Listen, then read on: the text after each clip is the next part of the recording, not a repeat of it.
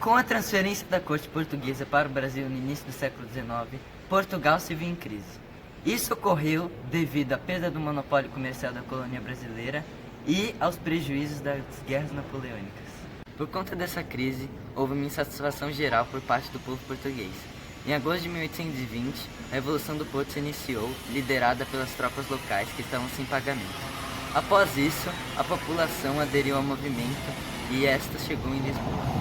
A Revolução tinha um caráter liberal, já que queria uma monarquia constitucional. Mas para isso acontecer, era necessário que o rei retornasse da colônia, já que só ele conseguia convocar a Assembleia Constitucional. Contudo, a Revolução também tinha um caráter conservador, já que queria a volta do monopólio das colônias brasileiras. Sendo assim, em 1821, com a chegada do rei em Portugal, foram iniciadas as Assembleias Constituintes, onde nelas foram levantadas uma série de questões envolvendo Brasil e Portugal. É importante ressaltar a presença dos deputados e senadores brasileiros. A presença desses deputados foi permitida, pois em 1815 o Brasil foi declarado como Reino Unido. Mas os deputados brasileiros pensaram que as atitudes portuguesas poderiam ser hostis e, portanto, devido à sua ideologia conservadora, teriam a intenção de recolonizar o Brasil. Em 1822, estes deputados mais moderados enviaram uma carta a Dom Pedro perguntando sua posição sobre o assunto. Este se aliou a eles, iniciando uma série de movimentos rumo à independência do Brasil.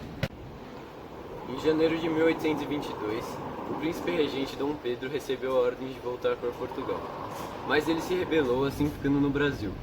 Dessa forma, foram tomadas uma série de medidas que significaram a aproximação da independência brasileira.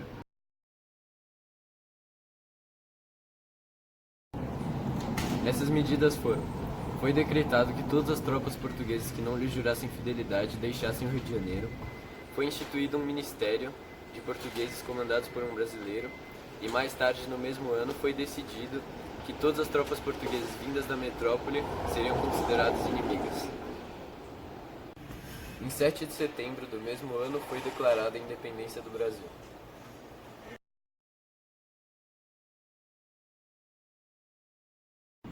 Portanto, a Revolução do Porto deixou o Brasil em uma situação de independência ou morte, ou ser recolonizado ou era pedir a independência.